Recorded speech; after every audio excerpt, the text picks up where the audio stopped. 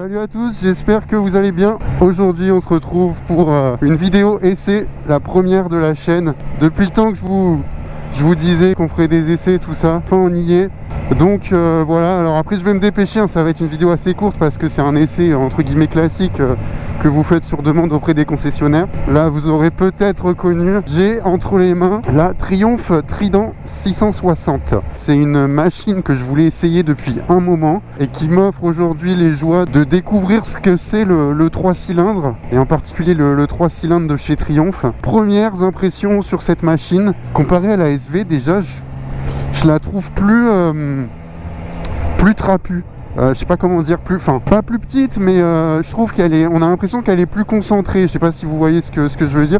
On a l'impression d'être vachement proche du guidon, de l'avant, de l'instrumentation. Après, pour autant, on est super bien assis. De ce côté-là, il n'y a rien à dire. On est à peine positionné sur l'attaque, on va dire. Ça reste quand même raisonnable. Alors par contre, ce que je viens de remarquer là, c'est qu'au niveau du passage de vitesse, le levier de vitesse est vachement rapproché, il est vachement court. Du coup, ce qui fait que moi qui ai tendance des fois à écarter un peu mon pied vers la gauche, il y a eu quelques loupés là depuis le début de l'essai. Après, je vous mens pas, hein, je l'ai entre les mains depuis 2 minutes. C'est vraiment une prise en main, plus une prise en main qu'un essai. Là, on voit au démarrage, c'est très doux, hein. C'est très doux. Après là, ce que je vais faire, c'est que je vais d'emblée commencer avec de la voie rapide pour voir ce que ça donne.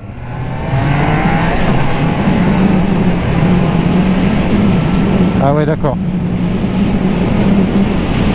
Ok.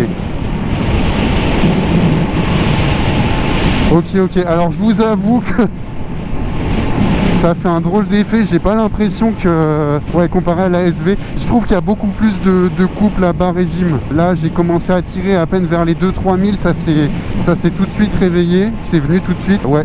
Franchement, après voilà, moi je suis en 47.5, j'ai pas trop de points de comparaison avec des modèles plus gros, j'ai jamais essayé de modèle au-delà de 47.5, mais déjà quand je l'essaie, alors attendez, on va regarder, là on est en montée.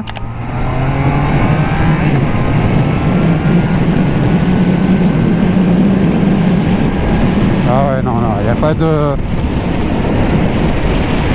Impressionnant. On va se rabattre. Le couple est impressionnant. Voilà, donc là on a parlé vite fait du moteur, là, les premières impressions sur le moteur. Après sur le reste, au niveau de la position, comme je vous disais, on est droit, à peine penché sur l'avant, un peu sur l'attaque. Les pieds à peine vers l'arrière, mais très légèrement. Position roadster typique, position un peu comparable, je dirais, à la MT-07, hein, tout simplement. Enfin, je parle de la position, attention, c'est la seule chose c'est le seul point sur lequel je vais comparer les deux, parce qu'après pour le reste, niveau moteur c'est complètement différent, niveau look aussi, le freinage, ouais, ça freine bien, ça freine plutôt bien. On est sur du Nissin, si je dis pas de bêtises, pardon. Au niveau des pneumatiques, on est sur du Michelin. Ouais, vous voyez, on se retrouve à 110 en un temps assez impressionnant, hein. Franchement, pour l'instant c'est le kiff total, hein. Hop. Oh, la sonorité.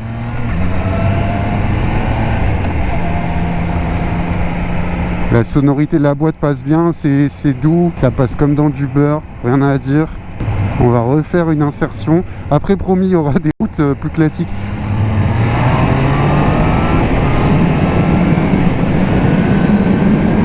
Non mais ouais, c'est impressionnant. Le couple, franchement, je suis impressionné. Après, je vais pas pousser plus parce que c'est pas le but. En A2, pour un usage classique quotidien, ça suffit, mais largement. C'est plus péchu que le SV, ça c'est clair. Peut-être match avec la 07 quand même, mais elle a rien à lui envier, hein. Franchement, là on est à 110, pépère en 6ème à 5000 tours. Donc là, comme je vous l'ai dit, on est en A2. Débridé, c'est une bécane qui fait 81 chevaux. Donc on est légèrement au-dessus de la 07, de la SV. 80 chevaux, 64 Nm de couple. Donc on est sur quelque chose de relativement sympa, hein. Roadster mid-size, trait de gamme de chez Triumph peut-être, mais pas en trait de gamme du tout, parce que vous voyez, niveau définition, alors je vais vous montrer quelques plans. Au niveau définition, on est sur Bah, du haut de gamme, hein. Quand je vois la mienne, quand je vois la MT, après j'ai pas, voilà, non plus beaucoup de points de comparaison avec la CB650R. Et encore, je trouve même qu'elle est mieux finie que la CB650R. La CB650R est déjà très bien finie. Et elle, on est, je trouve, encore un cran au-dessus dans tout ce qui est finition. Au niveau des modes, on a plusieurs modes. Alors là, je suis en mode normal. On a mode rain. Après, je sais plus s'il y a plus de modes. Je vous avoue que j'ai pas eu le temps de regarder. Encore une fois, je l'ai vraiment en main là. Au niveau du compteur, on a quelque chose de très lisible. Il n'y a rien à dire. Alors après, bon, il faut pas forcément super beau là. Donc ce qui fait qu'on voit bien forcément. Mais je pense que même en plein soleil, de ce côté-là, il y a rien à dire. La sonorité est super sympa. Hein. Et ça reprend. Ah ouais, non, ça reprend. Franchement, je vous le redis, mais je suis hyper surpris, dans le bon sens. Le point que j'ai oublié de dire quand j'ai été sur la voie rapide, c'est qu'au niveau du vent, bien qu'il n'y ait pas de protection au niveau du phare, on ne ressent pas le vent. Enfin, à 110, voilà, j'avais pas l'impression d'être gêné plus que ça, bien qu'on soit fortement exposé. Ouais, dans les courbes et tout, ça vient tout seul. Il n'y a rien à dire. Franchement, c'est super. Ça répond tout de suite. C'est super agréable. Super agréable. Ça suffit largement. Largement. Et après, voilà, c'est une belle bécane. Alors là, on va faire attention. C'est une belle bécane. On n'en voit pas forcément énormément, mais il y en a quand même quelques-unes. Mais ça change. Ça change de tout ce qu'on peut voir habituellement. Après voilà, faut aimer le look, hein. On est sur un look néo-rétro que moi je trouve parfaitement réussi. Et pour ça, moi je la comparais plus dans la gamme. Souvent on la met avec, on parle des MT, des Kawa, des Z650, tout ça. Moi pour moi on est plus sur quelque chose, je la comparais plus à la XSR 700 par exemple. XSR 700, CB650R, bien qu'au niveau débridé, on est sur des standards un peu différents. En tout cas, niveau maniabilité, regardez, c'est un vélo. Franchement, ça se penche tout seul. On se sent direct en confiance. Après, je dis pas que je suis totalement surpris non plus parce que j'avais entendu que du bien de cette moto. Mais c'est une confirmation, on va dire. Là, on arrive en ville, on a fait un peu de voie express, un peu de départemental. Après je suis désolé de ne pas faire plus longtemps, honnêtement en 3/4 d'heure, 40 minutes, 3/4 d'heure, c'est hyper chaud de faire un truc ultra complet. Voilà, la sonorité je kiffe, limite plus que le 4 cylindres de la CB 650R. C'est vraiment singulier. Encore une fois, vous n'avez pas l'impression d'être bridé. Enfin, je suis ouais, que du bonheur pour l'instant. Après je suis peut-être sous l'effet de l'excitation. Pour le moment je vois pas de côté négatif, en tout cas par rapport à ce que j'ai essayé, parce qu'encore une fois j'ai pas énormément d'éléments de comparaison. Ça penche bien, regardez-moi cette vue. Et ouais, non, j'ai pas de point de comparaison, donc c'est difficile de lui trouver des points négatifs. Pour ceux qui en ont, peut-être dans les commentaires je vous laisserai souligner ce que vous lui avez remarqué. Je pense que la plupart vont dire que non, qu'ils adorent leur bécane, ce qui est logique. Quoi vous dire de plus? Niveau spec, on n'en a pas trop parlé. Enfin, moi j'ai pas du tout comment dire, la volonté de faire des essais au niveau de motoservice, high-side et tout ça, hein. Loin de là, c'est juste plus une prise en main un peu comme ça avec mes termes, on va dire. Pour ce qui est essai pro, spec, tout ça, je vous invite vraiment à aller sur les chaînes dédiées à ça, quoi, qui font que ça. Après, moi aussi, qu'est-ce que je pourrais vous dire? Le réservoir fait 14 litres, hauteur de selle, ouais, 805 mm. Alors ça, j'en ai pas parlé, j'aurais pu en parler. Moi, je fais 1m75 et honnêtement, vous voyez, je touche les deux pieds, hein. Pas à plat totalement, mais je touche avec les deux pieds. Donc pour des gabarits, on va dire moyens, ça suffit, ou même pour une femme par exemple. Donc voilà, le prix, on peut parler du prix, il est de 8 700 €. Par rapport aux concurrentes, effectivement, on est un peu plus cher, bien que les prix augmentent d'une manière générale. Et moi, encore une fois, je vais pas chercher à la comparer à l'AMT. Pour moi, ce serait plus du ressort de la XSR 700, niveau look en tout cas. Si vous regardez XSR 700, on n'est pas non plus, alors là j'ai pas en tête les prix, les tarifs, mais on n'est pas une différence phénoménale pour un niveau de finition qui est quand même, pour moi, bien au-dessus chez Triumph. Après, on a quoi d'autre? La CB650R, bien qu'on soit sur un 4 cylindres, donc pas totalement comparable non plus, mais pour moi, elle joue dans la même cour. Et là, de ce côté-là, pareil, niveau tarif, je trouve que la Trident est vraiment bien située. Alors, on va faire un petit test parce que je me suis trompé, donc on va faire un test de demi-tour, de maniabilité. Hop, même à basse vitesse,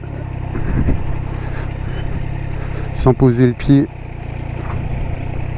Ouais, même à basse vitesse, c'est hyper maniable. C'est un vélo, hein, honnêtement.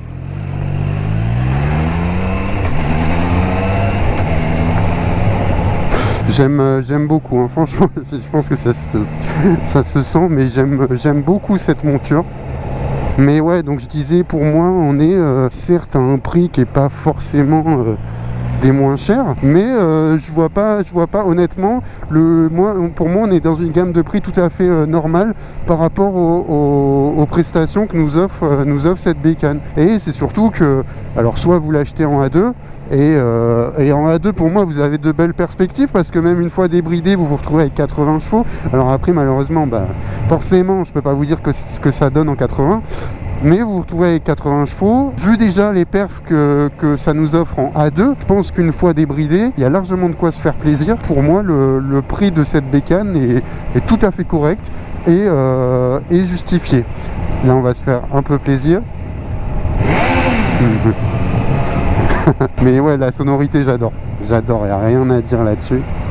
Donc voilà, alors j'ai certainement oublié quelques points et je m'en excuse d'avance. Après voilà, c'est vraiment le premier essai filmé, donc pourtant j'ai préparé, hein, j'ai regardé les specs, j'ai tout relu avant de partir.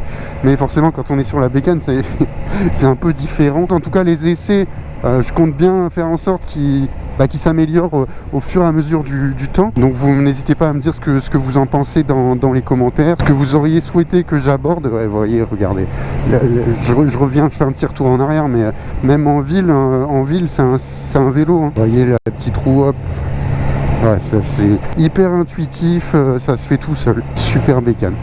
Donc voilà, donc moi je vais pas tarder de vous laisser. Je suis en route déjà pour rendre la Titine. J'espère en tout cas que cette vidéo vous aura plu, que cet essai, ouais, on va dire prise en main, parce que essai c'est un peu, c'est pas forcément le mot je pense, vu les infos que je vous ai données et le contenu de la vidéo, mais voilà, c'était vraiment une prise en main. Donc n'hésitez pas à vous abonner, à laisser un petit pouce bleu, ça fait toujours plaisir. Il y a pas mal de choses qui arrivent sur la chaîne, notamment en essai. Voilà, maintenant c'est vraiment un côté que je souhaite développer. Je vous invite à être attentif au reste de la chaîne. Je vous remercie d'avoir suivi cette vidéo et je vous dis à la prochaine. Ciao.